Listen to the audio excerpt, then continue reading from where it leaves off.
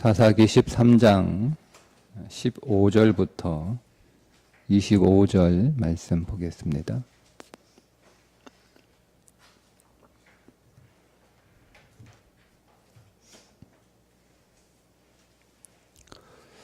마노아가 여호와의 사자에게 말하되 구하옵나니 당신은 우리에게 머물러서 우리가 당신을 위하여 염소 새끼 하나를 준비하게 하소서 하니 여호와의 사자가 마노아에게 이르되 네가 비록 나를 머물게 하나 내가 네 음식을 먹지 아니하리라. 번제를 준비하려거든 마땅히 여호와께 드릴지니라 하니 이는 그가 여호와의 사자인 줄을 마노아가 알지 못함이었더라. 마노아가 또 여호와의 사자에게 말하되 당신의 이름이 무엇이니까 당신의 말씀이 이루어질 때에 우리가 당신을 존귀히 여기리이다 하니 여호와의 사자가 그에게 이르되 어찌하여 내 이름을 묻느냐 내 이름은 기묘자라 하니라. 이에 마노아가 염소 새끼와 소재물을 가져다가 바위 위에서 여호와께 드리매 이적이 일어난지라. 마노아와 그의 아내가 본즉 불꽃이 제단에서부터 하늘로 올라가는 동시에 여호와의 사자가 제단 불꽃에 휩싸여 올라간지라. 마노아와 그의 아내가 그것을 보고 그들의 얼굴을 땅에 대고 엎드리니라. 여호와의 사자가 마노아와 그의 아내에게 다시 나타나지 아니하니 마노아가 그제야 그가 여호와의 사자인 줄 알고 그의 아내에게 이르되 우리가 하나님을 보았으니 반드시 죽으리로다 하니 그의 아내가 그에게 이르되 여호와께서 우리를 죽이려 하셨더라면 우리 손에서 번제와 소제를 받지 아니하셨을 것이요 이 모든 일을 보이지 아니하셨을 것이며 이제 이런 말씀도 우리에게 이르지 아니하셨으리이다 하였더라. 그 여인이 아들을 낳음에 그의 이름은 삼손이라 하니라. 그 아이가 자라매 여호와께서 그에게 복을 주시더니 소라와 에스다올 사이 마하네단에서 여호와의 영이 그를 움직이기 시작하셨더라. 아멘. 오늘 말씀은 삼손의 이야기의 요약이면서 조금 확대하면 예수님의 생애를 요약하는 것이고 더 확대하면 성경 전체를 요약하는 말씀이다. 이렇게 생각하시면 오늘 본문이 주는 메시지를 잘 여러분이 잡으실 수 있습니다. 왜 그렇게 이야기하는지 한 절씩 보면서 설명을 해드리겠습니다. 먼저 15절을 보면 마노아가 여호와의 사자에게 말하되 구하옵나니 당신이 우리에게 머물러서 우리가 당신을 위하여 염소 새끼 하나를 준비하게 하소서. 마노아가 염소 새끼 하나를 준비하겠다라고 하는 의미는 16절에 보면 네가 비록 나를 머물게 하나 나는 네 음식을 먹지 아니하리라 이렇게 대답하는 것을 볼 때 마노아는 음식을 준비하는 염소 새끼 하나를 준비하는 이유가 음식을 준비해서 대접하려고 잠시 우리 곁에 머물러 달라 이렇게 얘기하는 것으로 보이죠. 당시 마노아를 대표로 하고 있는 이 마노아는 한 사람을 말하는 게 아니고 이스라엘 전체를 대표하는 인물로 보셔야 됩니다. 마노아에 대한 하나님의 인식, 즉 전체 이스라엘의 하나님에 대한 인식이 무엇인지를 보여주는 첫 번째 내용인데 이스라엘의 제사와 이방 제사의 근본적인 차이가 무엇이냐를 보여주는 겁니다. 이스라엘도 제사를 드리죠. 또 이방 나라들도 그들이 믿는 신에게 제사를 드립니다. 그러니까 이스라엘 백성들이 하나님 앞에 제사를 드리는 것과 이방인들이 그들이 믿는 신에게 제사를 드리는 것의 근본적인 차이가 무엇인지 알아야 우리도 하나님을 믿고 다른 사람들도 그들의 신을 믿는데 우리와 그들의 차이가 뭐냐, 똑같은 신 아니냐, 뭐 이렇게 생각하지 않고 우리는 본질적으로 내가 믿는 신앙의 목적이 다르다라고 여러 번 말할 수 있고, 우리가 하나님을 믿으면서 우상을 섬기는 것처럼 믿지 않을 수 있습니다. 차이가 뭘까요? 이방 제사와 또 이스라엘의 제사의 차이가 뭘까요? 오늘 그 15절이 그 말씀을 하고 있는 거예요. 16절과 더불어서 많은 음식을 준비해서 대접하겠다. 그러니까 여호와의 사자가 나는 그 음식 안 먹는다. 이렇게 얘기하잖아요. 이방 제사는 제사를 드리는 목적이 뭐냐면 신들을 대접하는 거예요. 신들을 왜 대접하겠어요? 그들을 기분 좋게 만들어서 자기가 원하는 목적을 얻어내는 것이 이방 제사의 목적입니다. 모든 이방 제사의 기독교를 제외한 모든 종교를 믿는 사람들의 목적이죠. 그래서 그 신을 얼르고 달래서 그 신 기분 좋게 해서, 제일 기분 좋게 하는 것 가운데 하나가 이제 음식을 대접하는 거잖아요. 그러니까 맛있게 먹으면 기분 좋아지잖아요. 그죠? 기분 좋아지잖아요. 우리가 협상을 할 때 주로 쓰는 방법 가운데 하나가 이제 음식을 대접하는 거예요. 모든 로비의 시작이 식당에 데리고 가서 밥 먹여주는 것부터 로비 시작하는 거잖아요. 그래서 기분을 좋게 맛있는 음식을 대접을 해서 기분을 좋게, 그 기분이 좋아지면, 배고프면 배고프면 회의도 하면 안 되고요. 배고프면 뭐 아무것도 하면 안 돼요.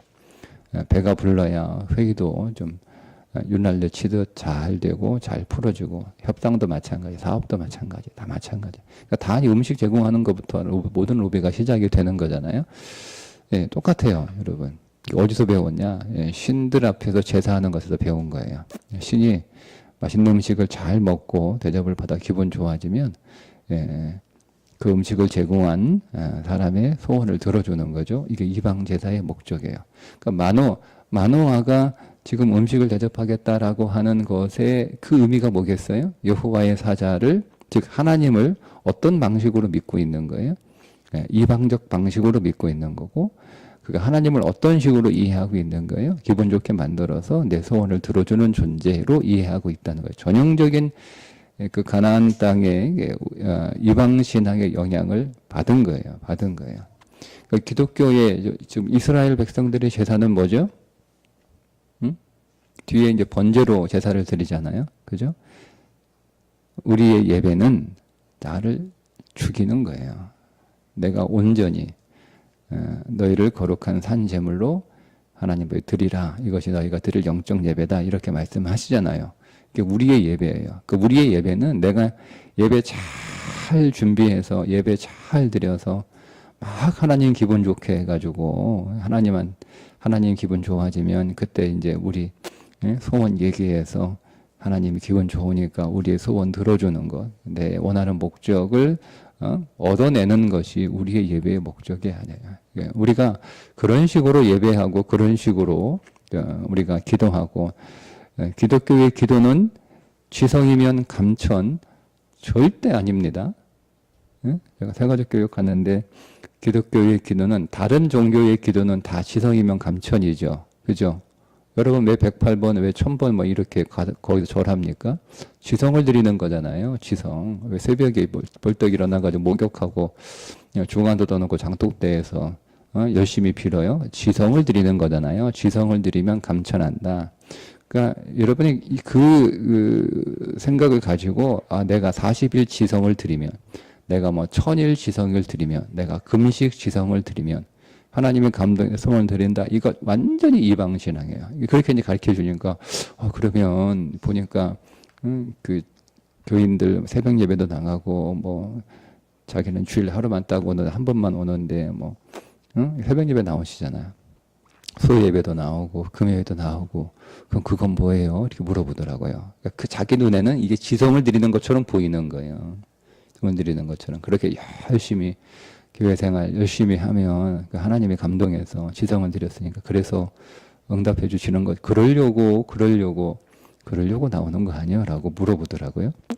네, 그러니까 또 설명을 했어요. 어쨌든 뭐 그건 지금 그 얘기할 건 아니고 어쨌든 기독교 신앙은 지성이면 감천 아니에요, 여러분. 내가 이렇게 얘기를 해도 예? 오늘 우리 누구 카톡에 지성이면 감천이다 이렇게 올라와 있더라고 프로필에. 예. 예. 그렇게 얘기를 해도 이게 안 지워지나 봐요. 예. 예. 우리의 지성으로 하나님 응답하시는 거 아니에요. 여러분 그러면 예수님이 왜 죽어요? 예수님이 왜 죽어요? 예? 그럼 열심히 우리가 지성 드리면 되는 거잖아요. 예수님이 뭐하러 오세요? 네. 우리의 지성으로는 하나님께 도달할 수 없어요. 지성이 바벨탑이잖아요.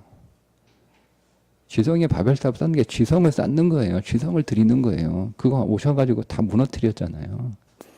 그거 아니란 말이에요. 아니란 말이에요. 전형적인 이방 종교예요. 전형적인.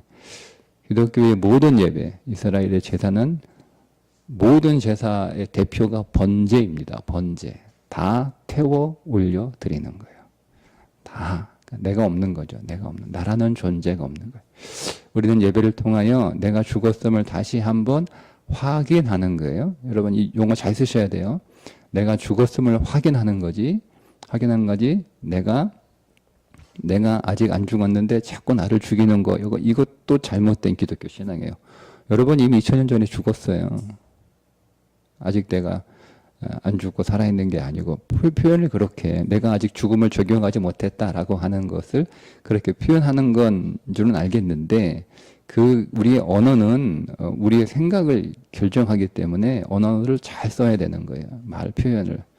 내가 죽었는데 믿음이 없어서 아직 그 죽음을 적용하지 못하고 있다. 라고 이렇게. 그러니까 우리는 예배를 통하여 내가 죽었음을 확인하는 거예요. 다시 한번 고백하는 하나님 제가 죽었는데 지난 한 주일 동안 제가 죽은 줄 모르고 죽은 시체가 자꾸 뭐 하려고 하니까 아니 죽은 시체가 뭐 하려고 하면 제대로 되는 게 뭐가 있어요. 그래서 안 되는 거예요. 시체가 뭐 할 수 있어요. 시체가 죽은 자는 아무것도 할 수 없어요. 죽은 자가 뭐 한다는 건 그거는 그냥 말도 안 되는 거예요. 그러니까 아무런 결과도 없는 거예요. 없는 거예요. 그렇게 살았으니 하나님은 저희 믿음 없음을 하나님 긍휼히 여기시고 제가 오늘 예배를 통하여 제가 이미 십자가에서 주님과 함께 2000년 전에 죽었음을 다시 한번 확인하고 또 저 스스로 고백하고 선포하고 나를 십자가에서 처리하시고 종결하시고 나에게 새 사람 예수 그리스도를 영으로 나에게 보내주셔서 그 그리스도의 영으로 살게 하신 하나님을 찬양합니다. 이게 매 예배 가운데 우리가 고백되는 거예요. 다른 거예요. 다른 거예요. 그러니까 이게 만화의 첫 번째 하나님에 대한 오해죠. 잘못된 하나님에 대한 인식. 하나님을 이방신처럼 이해하고 이방신처럼 대접하는 거예요. 그래서 난 네가 하는 거 안 먹겠다. 번제로 드리라. 그죠?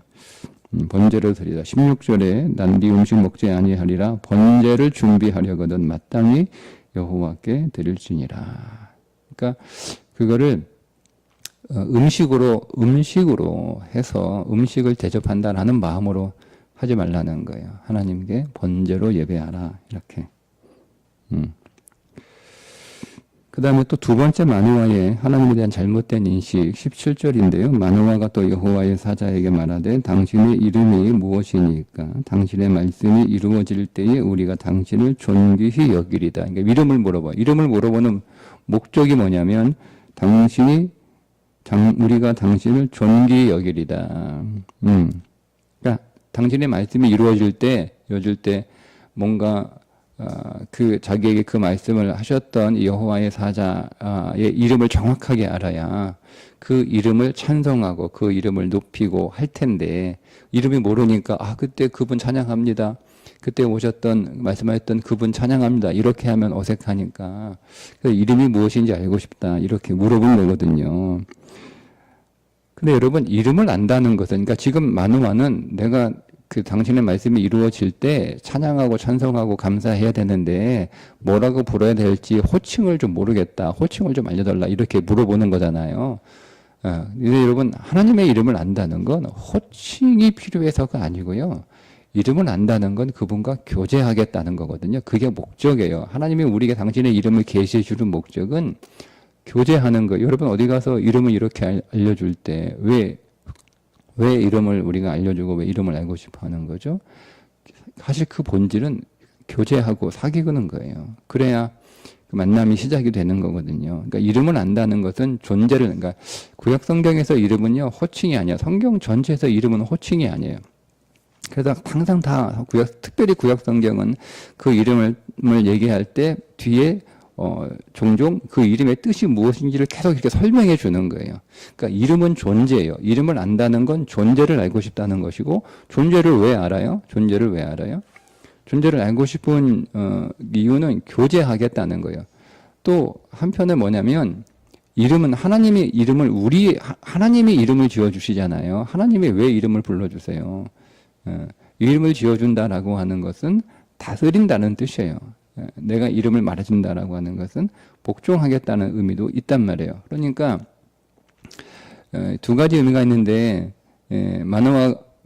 마누아가 하나님의 호칭을 알고 싶다라는 의미이고, 또 그거를 더 이렇게 깊이 들어가면 그 신을 자기가 통제해서 자기의 틀 안에 가두겠다는 뜻이에요.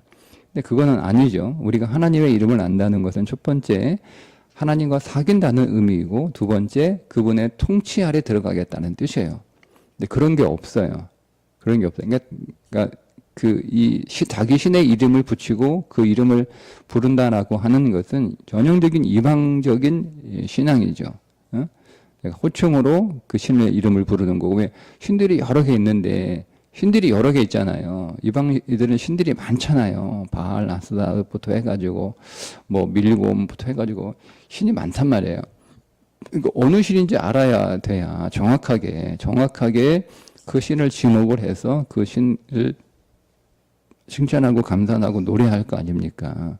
그런 이런 영향을 받은 거죠. 그리고 신의 이름을 안다는 거, 통제한다는 거예요. 가둔다는 거예요. 예. 그래서 내가 필요할 때 불러 쓰고 꺼내 쓰고, 필요 없으면 집어넣어 놓고 있다가 신경 안 쓰고 있다가 또 필요하면 이제 또 꺼내 쓰고, 이게 이방인들에 대한 신에 대한 인식이에요. 그게 아니에요. 성경에서 하나님의 성함은 내가 그분과 교제하겠다는 것이고, 그분의 이름을 안다는 것은 그분의 존재를 아는 것이고, 그분의 존재를 안다라고 하는 것은 그분에게 순종하고 그분의 통치와 그분의 다스림에 들어가겠다라고 하는 의미예요. 근데 그런 의미로 쓰지 않죠. 그래서 이것이 마노아를 대표로 하여 그 당시 이스라엘 백성들의 하나님에 대한 인식을 보여주는 내용입니다. 그러면 18절에 이름을 가르쳐 주는데, 이름을 가르쳐 주진 않아요. 이렇게 얘기하죠. 내 이름은 기묘자라. 근데 이거는 이름이 아니에요. 정확하게 직역을 하면 그것은 기이하다, 이런 뜻이거든요. 기이하다, 놀랍다, 인간의 능력을 초월한다, 그런 의미의 형용사입니다. 그래서 그것은 기이하다, 이렇게 직역이 될 수 있어요. 그러니까 우리의 능력으로 이해할 수도 없고 접근할 수도 없는 영역이라는 거죠, 하나님은. 근데 이름을 부른다라고 하는 것은 우리의 영역으로 끌어내리는 거예요. 여러분, 왜 구약에 나오는 필사자들이나 구약 성경에 하나님의 성함은 없어요. 딱 하나예요. 딱 하나. 하나님이 당신의 존함을 계시해 준 건 딱 하나예요. 그게 출애굽기 3장의 야훼입니다. 야훼. 사실 그것도 이름은 아니죠. 나는 스스로 있는 자다라고 당신의 존재를 가르쳐 주는 거예요. 그거 외에 모든 하나님의 이름들은 하나님을 어떻게 부르기 위해서 그냥 이렇게 그분의 본명이 아니고 일종의 그분의 어떤 가명과 같은 거예요. 그 가명조차도 필사하는 사람들이 그거를 다른 문장을 필사하는 거가 똑같은 마음으로 필사를 못 하잖아요. 그 가명조차도 하나님의 가명에 나오면 잉크도 바꾸고 붓도 바꾸고 목욕도 하고 쓴단 말이에요. 또 그 다음에 또 나오면 또 잉크 바꾸고 또 붓 바꾸고 또 목욕하고 또 쓴단 말이에요. 그리고 그분의 그 본명을 부르지 않는 이유가 뭐냐? 왜 모르냐? 왜 계시를 안 해주셨냐? 그러니까 하나님의 이름을 부른다라고 하는 것은 단순히 종교적인 어떤 신성 모독의 의미가 아니고요. 그분은 우리가 통제할 수 있는 분이 아니라는 거예요. 가둘 수 있는 분이 아니라는 거예요. 뭐 이거 좀 다른 말인데요. 다른 말인데 도덕경의 첫 문장이 이렇게 시작하잖아요. 도를 도라고 부르면 더 이상 도가 아니다. 이렇게 나와요. 첫 문장 자체가. 네. 그러니까 예, 그 성경이 아닌 곳에서도 그것이 어떤 것인지를 정확하게 이해하고 있단 말이에요. 그러니까 이게 기묘라는 뜻이에요. 기묘. 예, 기묘. 나는 너희들의 언어로 담을 수 있는 존재가 아니다는 거죠. 나는 너희들의 생각으로 담을 수 있는 존재가 아니야. 나는 너희들의 어떤 철학으로, 사상으로 나는 담을 수 있는 존재가 아니라는 거예요. 나는 설명이 불가. 너희가 불러줘도 물론 너희가 이해 불가. 그 너희들의 언어로 표현할 수 없는 그 언어가 없어요. 언어가 없어요, 여러분. 예. 그러니까 비록 성경이 하나님의 존재를 계시하는 글이긴 하지만 그냥 우리 수준에서 그분을 그냥 이렇게 마지못해 설명을 하시는 거죠. 그러니까 이 성경 자체가 하나님을 담을 수 없어요. 그러니까 그냥 우리가 그냥 어렴풋이 성경은 마치 뭐와 같냐면 이사야 6장 이사야가 성전에서 예배드릴 때 하나님의 옷자락을 본 것과 같아요.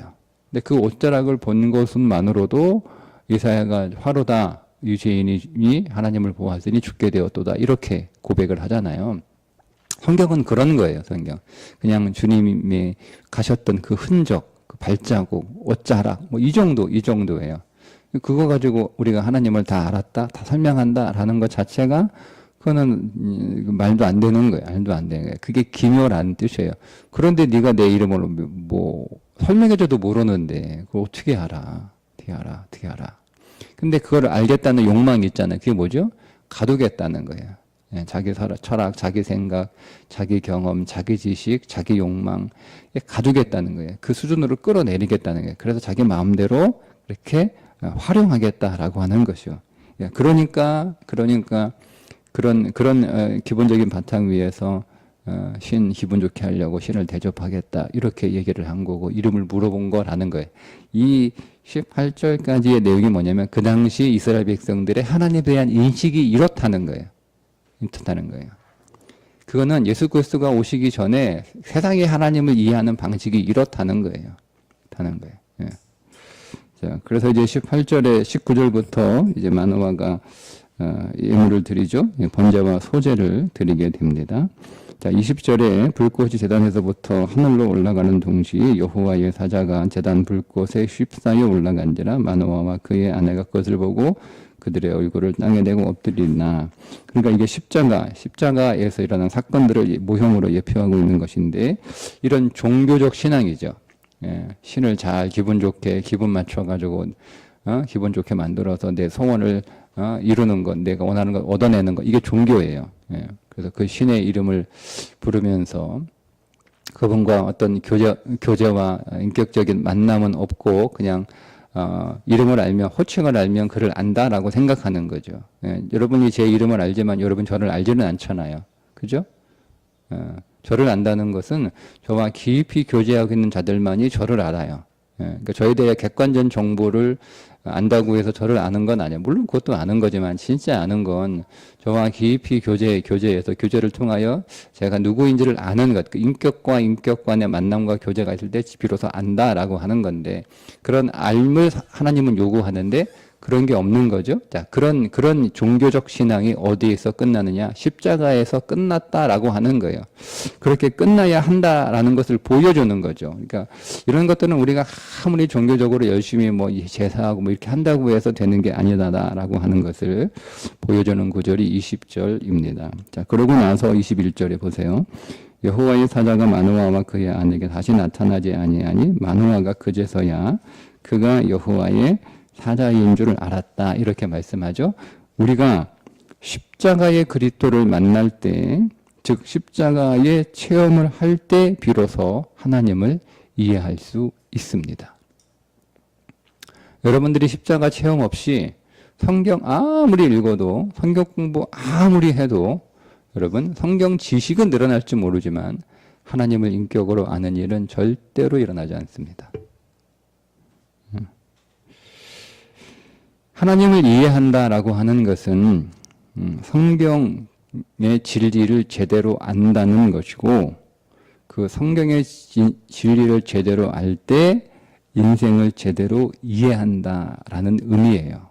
그게 21절의 의미입니다. 그러니까 우리가 하나님에 대해서 정확히 알려면 우리 안에 십자가 체험이 있어야 되는 거예요. 우리가 내 인생이 어떤 것인지를 정확하게 여러분 깨닫고 제대로 된 인생을 살아가려면 십자가 체험이 있어야 되는 것. 이것을 전형적으로 보여주는 인물이 사도 바울입니다.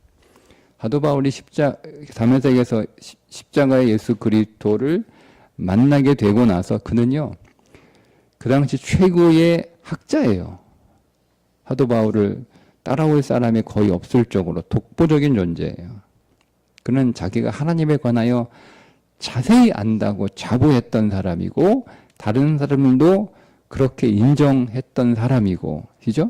근데 사도 바울이 다메섹에서 예수 그리스도를 만나고 나서 아라비아 사막으로 3년 들어가서 다시 성경을 묵상합니다. 그동안 자기가 알았던 하나님이 자기가 잘못 알고 있었다라고 하는 것을 십자가 체험을 통하여 깨닫게 되죠. 그래서 아라비아 사막에 들어가 3년 동안 그가 하나님에 대하여 다시 공부합니다. 다시 공부합니다. 두 번째, 그의 인생을 다시 삽니다. 자기가 추구했던 인생이 잘못된 인생이라는 걸 알았어요. 자기가 갔던 그 인생의 방향이 잘못된 방향이라는 걸 알았어요. 그래서 그의 인생을 새롭게 재조정하게 되죠. 그러니까 여러분, 우리가 십자가를 정확하게 체험하고 분명하게 체험하고 우리가 날마다 그 십자가를 체험할 때 우리는 비로소 하나님의 어떤 분인지를 정확하게 알 수 있고, 그래야 우리가 하나님을 제대로 믿을 수 있고, 뿐만 아니라 우리 인생을 정확하게 여러분 깨달을 수 있어. 내가 어떻게 살아야 되는지가 선명해지는 거예요. 그러니까 결국 모든 문제는 십자가에 있는 거예요. 십자가를 체험하지 못한 채, 십자가를 깨닫지 못한 채, 십자가를 경험하지 못한 채 교회 다니는 거예요. 종교생활 하는 거죠. 그러면 하나님 누군지 몰라요. 하나님 몰라요. 그리고 내가 어떻게 살아야 되는지도 몰라요. 그저 열심히 살면 되는 줄 알아요. 신실하게 착하게 살면 되는 줄 알아요. 성실하게 살면 되는 줄 알아요. 아니에요. 인생은 방향이에요. 방향을 잘 여러분 설정하셔야 돼요. 두 번째 22절, 그의 아내에게 이르되 우리가 하나님을 보았으니 반드시 죽으리로다. 그러니까 하나님을 정확하게 파악하고 나니까 자기가 누구인지를 깨닫게 되죠. 나는 누구예요? 죽어야 되는 죄인이라는 거예요. 그 전까지는 그런 생각이 없었어요. 그러니까 자기는 죄인이 아니니까 하나님하고 상대할 수 있고, 하나님하고 식사할 수 있고, 하나님 잘 이렇게 기분 좋게 만들어가지고 원하는 거 얻어낼 수 있고, 뭐 이렇게 생각했던 거예요. 근데 진짜 하나님을 경험하고 나니까 자기의 존재가 정확하게 드러나는 거죠. 내가 죽어야 되는 죄인이구나. 그렇죠? 에노스. 에노스. 사람은 에노스, 죽을 수밖에 없는 존재라는 인식이 주어질 때 비로소 하나님을 부를 수 있는, 이게 창세기 4장 마지막 절 말씀이에요. 에노스라 하니 비로소 하나님을 찾았다, 이렇게 나오잖아요. 에노스. 사람은 자기가 죄인이라는 인식을 할 때 비로소 하나님을 찾고, 자기가 죄인이라는 인식 안에서 비로소 하나님을 온전하게 믿을 수 있고, 그의 모든 경건이 거기에서 비로소 시작되는 거예요. 근데 내가 여전히 의인이에요. 의인.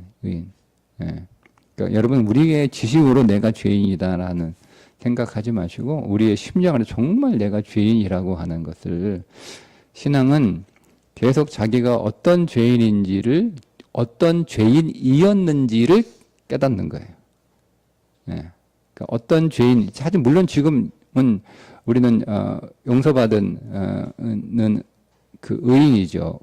죄인인데 용서받은 의인이에요. 근데 내가 용서받은 그 은혜가 얼마나 큰지를 깨닫는 게 신앙의 과정이잖아요. 그거를 깨닫기 위해서는요, 내가 뭘 받았는지를 알아야 되는데, 우리는 주로 뭘 받았는지 가지고 하나님의 은혜를 받았는지를 측정하나요? 애들이 부모한테 뭐 받았는지 계산하는 거잖아요. 엄마가 나한테 해준 게 뭐 있어.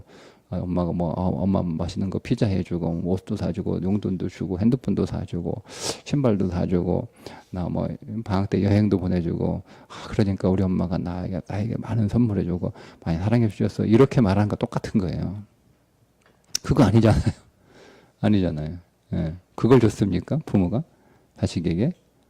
부모는 자식에게 생명을 줬어요. 생명을 준 자예요. 지금도 여러분 자식에게 생명을 주고 있잖아요. 주고 있잖아요. 그죠? 생명을 주는 관계이기 때문에 돈도 가는 거예요.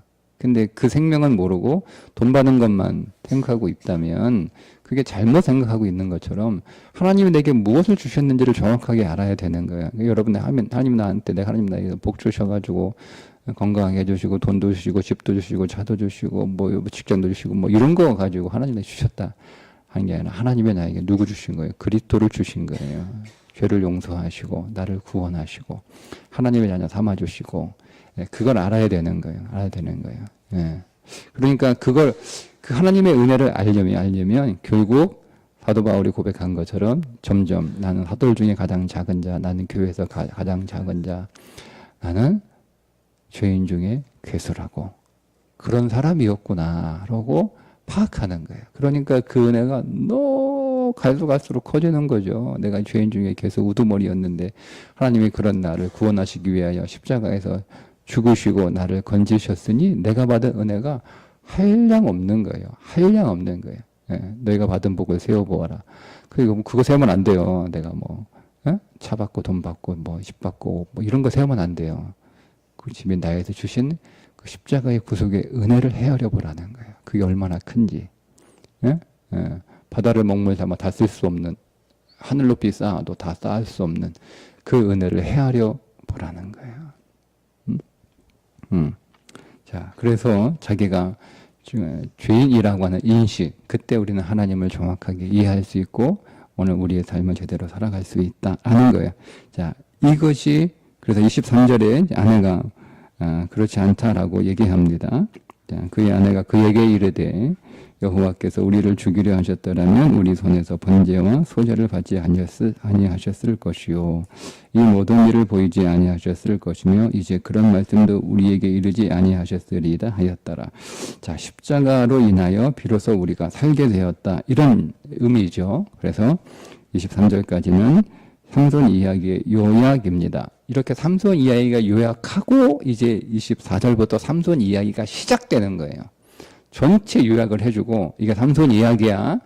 방향을 잘 잡아. 이게 삼손 이야기야. 방향 잘 잡아야 돼. 예? 그 방향을 잡아도 삼손 이야기를 미리 요약을 해주는 거예요. 요점을 해주는 거예요. 그리고 나서 삼손 이야기가 쭉 전개가 돼요.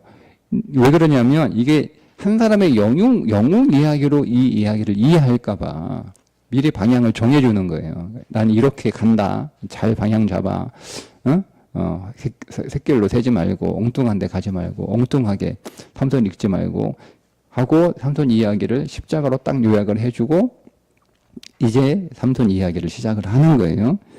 그죠? 예, 의인이 아들을 낳음에 삼손이 출생을 하죠. 이름이 삼손이에요. 삼손이라는 뜻이 뭐죠? 태양이라는 뜻이에요. 태양. 빛으로 오신 예수 그리스도를 모양하고 있습니다. 자, 그리고 그가 이제 사역을 시작하는데 25절에 마하네단에서 여호와의 영이 그를 움직이게 시작하였더라. 삼손의 사역이 이제 몇 장이죠?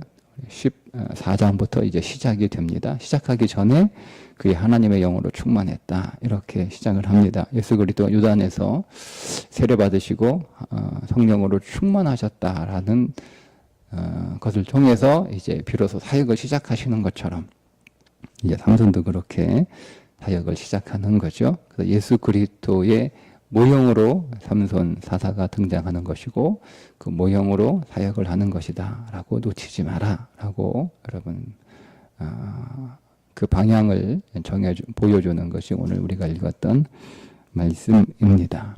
오늘 말씀 다시 요약하면 오늘 여러분 적용할 말씀 십자가, 날마다 여러분 십자가를 적용하십시오. 사도 바울이 나는 날마다 죽노라 할 때 안 죽었으니까 계속 자기가 죽었다는 뜻이 아니에요. 그 죽음을 날마다 적용했다는 뜻입니다. 나는 날마다 십자가에서 내가 죽었음을 적용했다. 이런 뜻이에요. 예, 그게 번역을 통해서 정확하게 그 의미가 우리에게 잘 전달이 안 돼요. 마치 사도 바울은 안 죽었는데 계속 죽어. 물론 그게 틀린 말은 아니에요. 왜 우리의 죽음은 영혼에서 일어난 사건이고 우리는 시간에서 그 죽음을 경험하고 있으니까 죽어가고 있는 것도 맞아요. 그러나 우리는 진리를 적용해야 되는 거니까 내가 죽었다라고 선포하고 그 죽음을 적용하는 거예요. 그 죽음을 적용할 때 우리 안에 그 죽음이 역사가 일어나는 거. 내가 죽는 방법 아주 간단합니다. 여러분은 이미 2000년 전에 십자가에서 주님과 함께 죽었습니다. 그 죽었음을 적용하시면 됩니다. 여러분들이 제가 월요일날 어느 분하고 이제 대화를 하면서 그분이 계속 자신을 죽이겠습니다. 이렇게 표현을 하길래 목사의 본능이 살아나서 설명을 하려다가 꼭 참았는데 정확하게 표현하면 제가 날마다 저의 죽음을 적용하겠습니다. 이렇게 대답해야 맞아요. 여러분 죽으려고 애쓰는 거 아니에요. 죽으려고 노력한다고 되는 거 아니에요. 그건 여러분 자신을 죽이는 거잖아요. 내가 내 자신을 죽일 수 있었다면 그리스도가 필요 없어요.